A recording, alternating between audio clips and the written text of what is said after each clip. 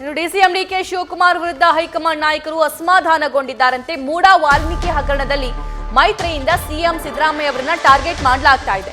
ಹೀಗಿದ್ರೂ ಕೂಡ ವಿಪಕ್ಷದ ಕೆಲ ನಾಯಕರ ವಿಚಾರದಲ್ಲಿ ಡಿಕೆ ಶಿವಕುಮಾರ್ ಸಾಫ್ಟ್ ಕಾರ್ನರ್ ತೋರ್ತಾ ಇದ್ದಾರಂತೆ. ಇದರಿಂದ ಡಿಕೆ ಶಿವಕುಮಾರ್ ಬಗ್ಗೆ ಅಸಮಾಧಾನವನ್ನ ವ್ಯಕ್ತಪಡಿಸಿದ್ದಾರೆ ಎಐಸಿಸಿ ನಾಯಕರು. ಕಾಂಗ್ರೆಸ್ ಪಾಳ್ಯದಲ್ಲಿ ಈ ಬಗ್ಗೆ ಚರ್ಚೆ ಜೋರಾಗಿದೆ. ಬೆಂಗಳೂರು ಭೇಟಿ ವೇಳೆ ಸೂಚನೆಯನ್ನ ನೀಡಿದ್ದಾರಂತೆ ಕೆಸಿ ವೇಣುಗೋಪಾಲ್ ಹಾಗೂ ಸುರ್ಜೇವಾಲಾ.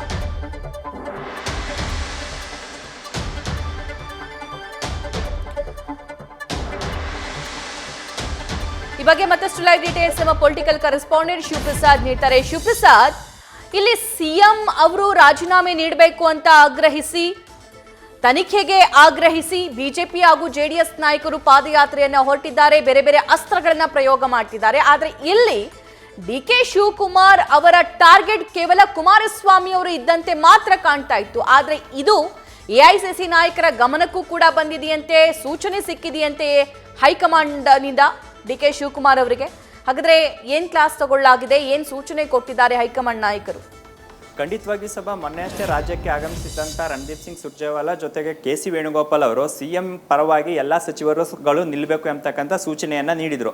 ಪ್ರಮುಖವಾಗಿ ಪ್ರತಿಪಕ್ಷಗಳು ಸಿದ್ದರಾಮಯ್ಯ ಅವರನ್ನ ಟಾರ್ಗೆಟ್ ಮಾಡಿ ಪಾದಯಾತ್ರೆ ಸಂದರ್ಭದಲ್ಲಿ ಯಾವ ರೀತಿ ಪ್ರಕರಣಗಳಾಗಿದೆ, ಹಗರಣಗಳಾಗಿದೆ, ಇದರಲ್ಲಿ ಸಿಎಂ ಯಾವ ರೀತಿ ಭಾಗಿಯಾಗಿದ್ದಾರೆ ಅಂತಕ್ಕಂಥ ವಿಚಾರಗಳನ್ನು ಪದೇ ಪದೇ ಪ್ರಸ್ತಾಪ ಮಾಡ್ತಾ ಇದ್ರು ಸಹಿತವಾಗಿ ಕಾಂಗ್ರೆಸ್ನ ಸಚಿವರು ಗಟ್ಟಿಯಾಗಿ ನಿಲ್ತಾ ಇಲ್ಲ. ಅದರಲ್ಲೂ ಡಿಕೆ ಶಿವಕುಮಾರ್ ಅವರು ಬಿಜೆಪಿ ನಾಯಕರ ವಿರುದ್ಧ ಗುರುತರವಾದಂಥ ಆರೋಪಗಳಿದ್ರು ಸಹಿತವಾಗಿ ಆ ವಿಚಾರಗಳ ಕುರಿತಂತೆ ಪ್ರಸ್ತಾಪ ಮಾಡದೆ ಅಂತರವನ್ನ ಕಾಯ್ದುಕೊಂಡಿದ್ದಾರೆ. ಎಲ್ಲೋ ಒಂದ್ ಕಡೆ ಸಾಫ್ಟ್ ಕಾರ್ನರ್ ತೋರ್ತಾ ಇದ್ದಾರೆ ಅಂತಕ್ಕಂಥ ಆರೋಪಗಳು ಕೂಡ ಕೇಳಿ ಬರ್ತಾ ಇತ್ತು ರಾಜ್ಯ ಕಾಂಗ್ರೆಸ್ನಲ್ಲಿ. ಈ ವಿಚಾರ ಕುರಿತಂತೆ ಏನು ಪ್ರತಿಪಕ್ಷದ ನಾಯಕರುಗಳೇನಿದ್ದಾರೆ ಅವರು ಕೂಡ ಸಿದ್ದರಾಮಯ್ಯ ಅವರ ರಾಜೀನಾಮೆಯ ಸಲುವಾಗಿ ತಾವು ಪಾದಯಾತ್ರೆಯನ್ನ ಮಾಡಬೇಕು ಎಂಬತಕ್ಕಂಥ ಆಗ್ರಹವನ್ನ ನಮಗೆ ಮಾಡ್ತಾ ಇದ್ದಾರೆ ಕಾಂಗ್ರೆಸ್ ನಾಯಕರು ಎಂಬತಕ್ಕಂಥ ಹೇಳಿಕೆಯನ್ನ ನೀಡಿದ್ರು. ಹಾಗಾಗಿ ಸಹಜವಾಗಿ ಎಲ್ಲೋ ಒಂದ್ ಕಡೆ ಸಿದ್ದರಾಮಯ್ಯ ಅವರನ್ನ ಟಾರ್ಗೆಟ್ ಯಾರಾದ್ರೂ ಮಾಡಿದಾರ ಪಕ್ಷದೊಳಗೆ ಎಂಬತಕ್ಕಂಥ ಚರ್ಚೆಗಳು ಕೂಡ ಶುರುವಾಗ್ತಾ ಇತ್ತು. ಈ ವಿಚಾರ ಕುರಿತಂತೆ ಅನೇಕ ನಾಯಕರುಗಳು ಕೂಡ ಸಿಎಂ ಚೇರ್ ಮೇಲೆ ಕಣ್ಣಿಟ್ಟಿದ್ದಾರೆ ಎಂಬತಕ್ಕಂಥ ಮಾತನ್ನ ಸಿದ್ದರಾಮಯ್ಯ ಅವರು ಕೂಡ ಪತ್ರಿಕಾಗೋಷ್ಠಿಯಲ್ಲಿ ಹೇಳಿದರು. ಹಾಗಾಗಿ ಡಿ ಕೆ ಶಿವಕುಮಾರ್ ಅವರಿಗೆ ಎಐಸಿಸಿ ನಾಯಕರು ನೇರವಾಗಿ ಸ್ಪಷ್ಟ ಸಂದೇಶವನ್ನು ರವಾನೆ ಮಾಡಿದ್ದು, ತಾವು ಗಟ್ಟಿ ಧ್ವನಿಯಲ್ಲಿ ಬಿಜೆಪಿ ನಾಯಕರ ವಿಚಾರಗಳನ್ನ ಅಂದ್ರೆ ಅವರ ಅವಧಿಯಲ್ಲಾದಂಥ ಹಗರಣಗಳ ಬಗ್ಗೆನೂ ಕೂಡ ತಾವು ಪ್ರಸ್ತಾಪ ಮಾಡಬೇಕು ಎಂಬತಕ್ಕಂಥ ಸೂಚನೆಯನ್ನ ನೀಡಿದರು.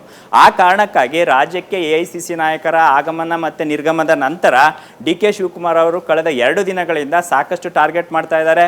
ಬಿಜೆಪಿ ಮತ್ತೆ ಜೆಡಿಎಸ್ ನಾಯಕರ ವಿಚಾರ ಕುರಿತಂತೆ ಅಂದ್ರೆ ಅವರ ಅವಧಿಯಲ್ಲಿ ಆಗಿರ್ತಕ್ಕಂಥ ಅಕ್ರಮದ ವಿಚಾರ, ಅಕ್ರಮ ಆಸ್ತಿ ಸಂಪಾದನೆ ವಿಚಾರ ಕುರಿತಂತೆ ಡಿ ಕೆ ಶಿವಕುಮಾರ್ ಅವರು ಗಟ್ಟಿ ಧ್ವನಿಯಲ್ಲಿ ಮಾತಾಡ್ತಾ ಇದ್ದಾರೆ. ಒಂದ್ ಕಡೆ ಎಐಸಿಸಿ ನಾಯಕರುಗಳು ಕೂಡ ಡಿ ಕೆ ಶಿವಕುಮಾರ್ ಅವರಿಗೆ ಸೂಚನೆ ಕೊಟ್ಟಿರೋದು ಒಂದ್ ಕಡೆ ಆದ್ರೆ, ಇನ್ನೊಂದ್ ಕಡೆ ಯಾವುದೇ ಕಾರಣಕ್ಕೂ ಕೂಡ ಸಿದ್ದರಾಮಯ್ಯ ವಿಚಾರದಲ್ಲಿ ತಾವೆಲ್ಲ ಒಗ್ಗಟ್ಟನ್ನ ಪ್ರದರ್ಶನ ಮಾಡಬೇಕು ಎಂಬತಕ್ಕಂಥ ಸೂಚನೆ ಹಿನ್ನೆಲೆಯಲ್ಲಿ ಡಿ ಕೆ ಶಿವಕುಮಾರ್ ಅವರು ಈಗ ಅಲರ್ಟ್ ಆಗಿ ಸಿದ್ದರಾಮಯ್ಯ ಮತ್ತೆ ಸರ್ಕಾರದ ಪರವಾಗಿ ಕೆಲಸವನ್ನ ಮಾಡ್ತಾ ಇರ್ತಕ್ಕಂಥದ್ದು. ಸಭಾ, thank you Shivaprasad. News first ನಿರ್ಭೀತಿಯಿಂದ ನಿಮ್ಮ ಪರವಾಗಿ.